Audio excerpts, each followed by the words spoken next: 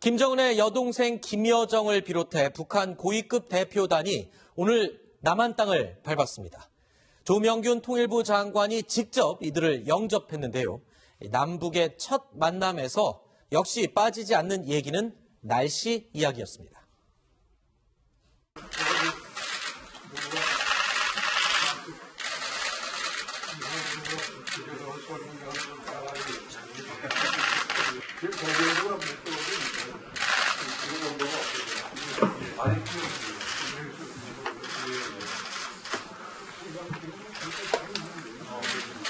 이거 며칠 전까지도 좀 추웠습니다. 근데 우리 북측에서 귀한 손님들이 오신다고 하니까 날씨도 맞춰서 이렇게 따뜻하게 변한 것 같습니다.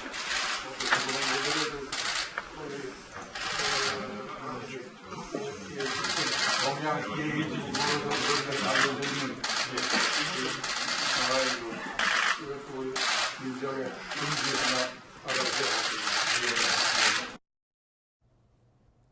네, 오늘 포착된 장면 가운데 가장 눈길을 끌었던 첫 장면은요. 김영남 위원장이 김여정에게 상석을 양보하는 모습이었습니다. 지금 이 영상을 잠깐 보실 텐데요. 조명균 통일부 장관의 안내를 받아 이 환담장으로 들어오는 모습인데 김여정이 뒤따라 들어오고 이제 소파 앞에 앉기 직전입니다. 김영남 상임위원장이 의자 쪽으로 돌아와서 앉으려고 하다가 먼저 김여정에게 앉으라고 자리를 양보를 하는 모습입니다. 이제 나오고 있죠. 그런데 김여정이 또 앉지 않고 웃으면서 김영남 상임위원장에게 먼저 앉으라고 다시 자리를 양보하는 그런 모습을 볼 수 있습니다. 여기서 두 가지를 살펴볼 수 있을 것 같은데 먼저 공식적인 대외적인 서열은 김영남 상임위원장이 단연 위입니다. 왜냐하면 북한을 상징하는 인물 아닙니까? 네. 대외적으로. 그런데 김영남이 김여정에게 자리를 양보했다는 것, 그게 좀 의아하고요.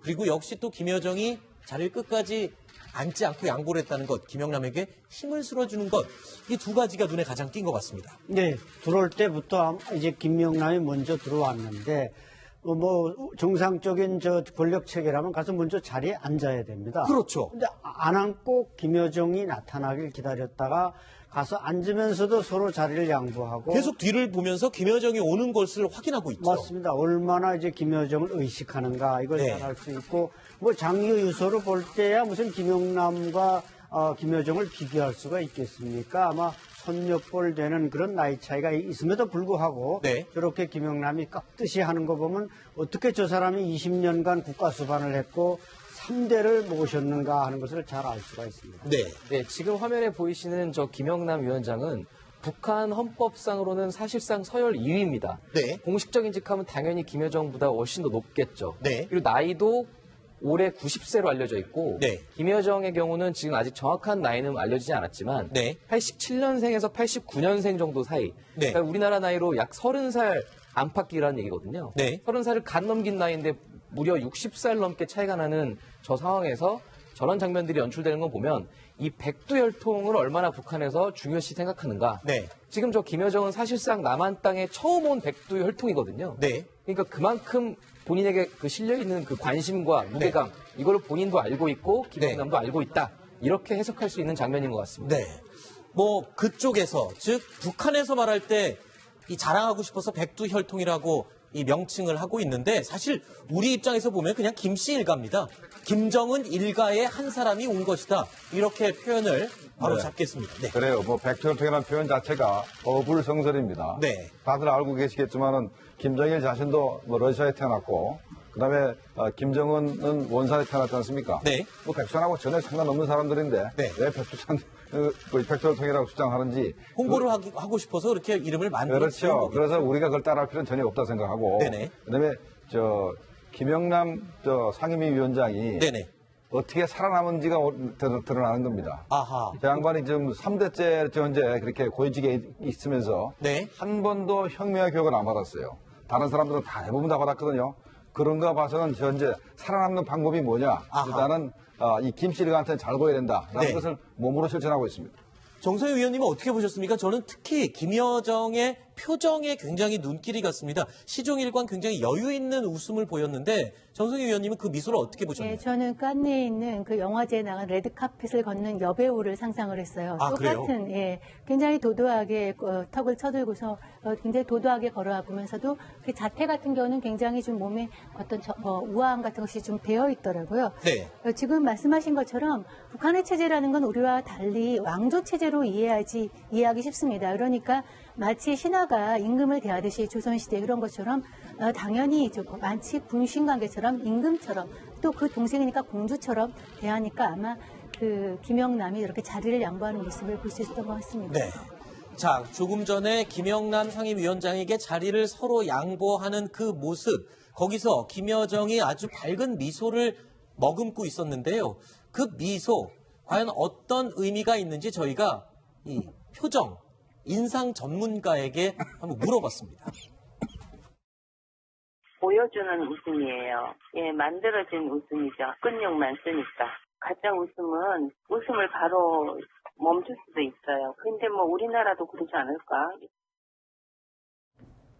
자, 먼저 전문가는 김여정이 가짜 웃음을 짓고 있다고 분석을 했지만 이거는 외교적인 자리고 역시 그 자리에 있는 사람이면 남한 사람도 물론 그런 미소를 지을 수가 있다. 이런 분석을 했습니다. 그런데 또 다른 얘기도 있습니다. 북한의 실세인 만큼 북한에서도 남한에서도 나는 당당하다. 이런 의미의 미소도 지었는데 막 남한에 도착했을 때의 그 미소를 보면 조금 의미가 다르다고 합니다. 우리가 약간 이렇게 뽐낼 때 하는 표정 있잖아요. 나 공주야 뭐 이런 거 있잖아요. 그러니까 불편하거나 예, 겸용적거나 그렇지는 않고 소를 지는데 턱을 약간 들었어요, 이분이. 이분은 약간 얼굴을 이렇게 들면서 미소를 지었어요. 그 미소가 겸손하거나 그렇지가 않고 북한에서 그런 대접을 받아서 얼굴이 표정이 남아있는다고 봐야 되겠죠. 안찬일 박사님 어떻게 보셨습니까? 지금 표정을 분석하는 전문가는 몸에 배 있는 북한에서 대접받던 사람의 미소다. 그리고 뭔가 좀 이렇게 겸연쩍지도 않고 자신감이 좀 넘치는 그런 미소다라고 얘기했는데. 네, 뭐 정확히 분석하시는 것 같은데. 이번이 외교 무대에 첫 데뷔하는 거 아닙니까? 그렇죠. 국제사회로 나오는 게 이번이 이제 처음인데 사실 김정은 위원장도 2009년에 최초로 모습을 드러냈습니다만은 어색한 동작들이 많았습니다. 불과 작년 신년사였다만 해도 김정은에게는 어색한 동작들이 많았는데 지금 김여정의 저 표정이나 동작은 오늘도 그렇고 평양에 있을 때도 어색한 점이 거의 없었다는 겁니다. 네. 근데 단지 다른 점은 제가 볼 땐 북한에 있을 때는 그렇게 좀 이쁘다기보다는 약간의 그 말괄량처럼 이렇게 뛰어다니는 모습들이 많이 관측이 되지 않았습니까? 네. 근데 이번에 서울에 나타났는데 상당히 미모도 괜찮아 보이고 그래서 저는 이 북한 카메라보다 우리 카메라가 훨씬 좋아서 그런 건 아닌가 이런 생각도 해봤습니다. 방금 안 박사님이 해주신 말이요. 예. 지금 전문가도 그런 비슷한 분석을 했습니다. 김여정의 걸음걸이와 행동에 대해서 또 점을 지적해 줬는데요. 바로 비슷한 내용입니다. 한번 들어보시죠. 이분이 그 로비스트 기질이 다분히 있네. 그 웃는 표정이라든지 이런 거에는 보면은 물론 여러 사람을 만났겠지만 계속 그런 일을 해왔다고 봐야 되고 발걸음은 가볍고 즐겁게 보이지만 표정하고는 달리 조심스럽게 걷고 있습니다. 이분은 여전히 여성이기 때문에 카메라가 찍고 있으니까 나를 이쁘게 찍어주세요 하는 의미가 담겨 있습니다. 안 소장님께서 방금 말씀하신 북한 내에서 있었던 그 행동이 뭔가 몸에는 아직 남아있는 그럼 젊은 여성의 특징이 행동에 드러났다. 이렇게 분석을 했는데 강경석 기자. 네. 예, 어떻게 보셨어요? 근데 저는 사실 저기서 좀 주의 깊게 봤던 게 네. 바로 시선이었습니다. 아하. 이 눈동자가 어디를 향하는지를 보면 이 사람이 무슨 생각을 하는지 얼핏 볼 수가 있거든요. 네. 근데 지금 시선이 굉장히 흔들리지 않고 한 곳에 고정돼 있으면서 네. 다만 어떤 허공을 약간 쳐다보는 듯한 그러니까 이게 주변을 두리번 거리면서 어색해하는 그런 표정을 숨기기 위해서 일부러 약간 저런 표정을 취한 게 아닌가라는 생각도 좀 듭니다. 네. 우리 전문가가 그런 얘기도 잠깐 했습니다. 저희가 준비는 안 돼 있지만 저한테 이 주선희 박사가 이런 얘기를 하더군요. 사무실에 들어올 때 카메라에 잘 안 잡힐 정도로 눈동자가 빠르게 한번 움직였다. 그만큼 뭔가 상황 판단을 눈동자로 빨리 캐치하는 눈치가 빠른 성격일 것 같다. 이런 분석도 해주셨거든요. 바로 김여정의 업무가 바로 그겁니다. 아하. 주로 이제 주로 김정은이 하는 큰 행사가 앞으로 대중한테 어떻게 보일지, 카메라에 어떻게 잡힐지를 자기가 주 업무가 그거기 때문에 자기가 카메라에 어떻게 잡힐지를 굉장히 잘하는 겁니다. 네. 그다음에 또 하나는 아마도 김여정은 자기네가 평양 그 순환공항을 보다가 인천공항 보면서 엄청나게 놀랐을 겁니다. 아하. 그다음에 대한민국의 그 엄청난 국력을 막 느끼고 있거든요. 그러니까 약간 턱을 쳐들면서 네. 일부러 가장된 오만함을 보일 겁니다. 그런 것도 혹시 북한에서 다 교육을 받거나 좀 연습을 하고 내려올까요? 그러나 김여정이한테 교육시킨 사람은 없을 거고. 그렇군요. 본인이 아마도 속으로 숨기기 위해서 일부러 오만함, 당당함을 더 보이려고 네. 노력한 거 아닌가 생각이 됩니다. 안 소장님도 그렇게 보십니까? 그렇죠. 뭐 김여정을 가르칠 사람은 없지만 나름대로 뭔가 심리학자들을 만나서 내가 어떻게 행동해야 되는가 자문 정도는 받았을 가능성이 높다. 예. 네. 김여정도 아무리 그 북한의 최고 실세라 하더라도 이 남측을 방문하는 거에 대해서 굉장히 그 내심으로서는 긴장하고 조바심을 쳤을 겁니다. 아마 어저께 잠을 못 잤을 거고요. 그래서 이제 아마 비행기 항공기 내에서도 여러 가지 한국 내에서 행동해야 될 패턴이나 뭐 이런 거에 대해서 대화는 나눴을 것 같습니다. 그렇지만은 저런 모습은 제가 보기에는 긴장감을 좀 숨기기 위한 그런 의도된 모습이 아닌가 하는 생각이 듭니다. 알겠습니다. 자, 그리고 화면에 보시면 김여정을 호위하고 있는 경호원들이 눈에 띕니다.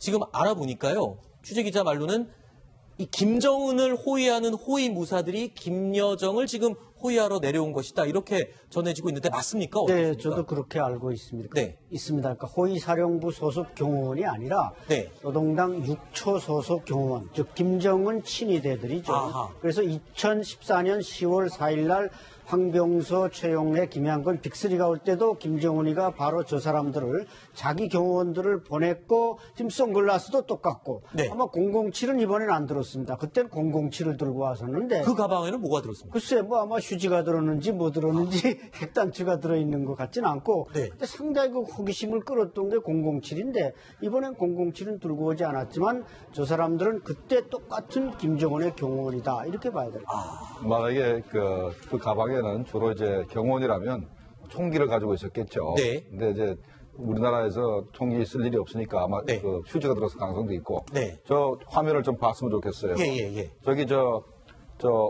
저기 황병서 오른쪽에 있는 사람. 황병서 오른쪽에 있는 사람이 지금 저 김영남 바로 뒤에 있죠. 네네. 그러네요. 그다음에 황병서 왼쪽에 있는 사람이 김영남 왼쪽에 있습니다 지금. 그러네요. 그러니까 이 사람이 이 사람인가요? 네, 그죠. 똑같죠. 예, 똑같은 사람이네요. 그리고 또 이 사람이 저 사람이죠. 이 사람이죠. 네. 나머지 사람도 비슷한 사람이 많이 있습니다. 그러네요. 인상이 좀 비슷하고 키도 굉장히 큰 걸로 보이는데 어쨌든 김정은을 직접 개인 경호하는 호위 무사들이 이번에 김여정을 호위하고 있다. 자, 그런데 이 정도 호위 인력이 따라왔으면 우리 정부에서도 이 상당한 호위를 지금 제공하고 있을 텐데 어느 정도 경호가 제공되는 겁니까? 한마디로 머리끝부터 발끝까지 다 경호하고 있다. 이렇게 그래요? 보시면 될 것 같습니다. 그 김여정을 태운 비행기가 서해 상공으로 들어왔을 때 우리 공군부터 벌써 경호를 시작했다고 합니다. 그 F-15K죠. 종군 초계기인데 이게 상공에서 따라오면서 공항까지 경호를 했고 그리고 나서 공항에 내렸을 때부터는 바로 청와대 경호처가 직접 제공한 방탄 차량 그리고 그 경찰과 국정원이 아니라 청와대 경호처가 직접 호위까지 했던 그래서 인천공항 귀빈실까지 움직이는 과정에서 방탄 차량을 타고 이동을 하는 그런 입체적인 경호를 했다고 합니다. 네. 사실 이 전용기가 들어올 때 F-15K가 직접 호위를 했다는 것 이게 아마 1급 경호의 기본인가 보죠? 그러니까 국가원수가 외국의 국가원수가도 그렇게 합니다. 그러니까 김영남도 국가원수니까 거기에 준하는 경우를 했다고 보면 되겠습니다. 자, 그리고 오늘 이 남한에 도착했을 때의 이 김여정의 표정 그리고 경호원들의 표정 다 살펴봤는데요. 한 가지 더 궁금한 게 있습니다. 이 같이 뒤에 왼쪽 뒤편에 보였던 이 여성의 존재입니다. 제가 알아보니까 김성혜라는 여성인데 이 여성을 또 우리가 주목해 볼 필요가 있다고요. 어떤 의미가 있습니까? 그러니까 북한이 이번에 그렇게 고위급 대표단을 본 이유가 결국은 내일 우리 문재인 대통령을 만나서 또 이제 통일부 장관도 만나고 해서 남북 관계를 풀어보려고 하는 부분인데 현재 리성건 조평통 위원장이 왔지만 이 양반이 주로 남북 군사회담을 했던 사람이고 정말로 다른 문제, 포괄적인 남북 관계는 김성애가 바로 전문가입니다. 그래서 아마 리성건 조평동 위원장한테 남북 관계에 대한 자문도 하고 어떻게 대처하는 거를 아이디어를 주기 위해서 따라온 것 같습니다. 그러면 실제로 회담 자리에 앉지는 못하는 정도의 지금 급 아닙니까? 아마도 못하고 바깥에 있을 수도 있고 아니면 확대 회담식으로 해서 뒷자리에 배석을 의자를 이렇게 놓고 회담 테이블은 못 앉지만 배석할 수는 있을 수도 있습니다. 김성애 그렇게 남북 회담에서 이 전문가로 통합니까 북한에서? 그렇죠. 벌써 20년이 넘게 조평통 통전부에서 이런 일해온 대화의 베테랑입니다. 그래서 2013년에 이제 당국 실무 접촉에서 수석 대표로 한번 나온 적이 있지 않습니까? 네. 따라서 이제 우리 김 실장님 말씀대로 주로 이제 남북 대화 접촉. 그러니까 북한은 이번에 친서를 들고 왔느냐 마느냐 하겠지만 아마 분명히 친서를 들고 와서 정상회담까지도 거론할 수가 있기 때문에 그 대화 파트너로서는 이제 김성애가 거기에 이제 주역을 맡으려고 이제 일행으로 같이 온 겁니다. 알겠습니다. 자, 남한에 처음 도착한 북한 김씨 일가, 김정은의 여동생 김여정의 표정, 걸음걸이, 그리고 같이 따라온 사람들에 대해서 저희가 눈에 띄는 점들을 몇 가지 분석을 해봤습니다. 두 번째 이야기로 넘어가 보겠습니다. 김여정이 오기 전에 미리 와 있던 예술단과 응원단 이야기로 이어가 보겠습니다. 확인해 보시죠.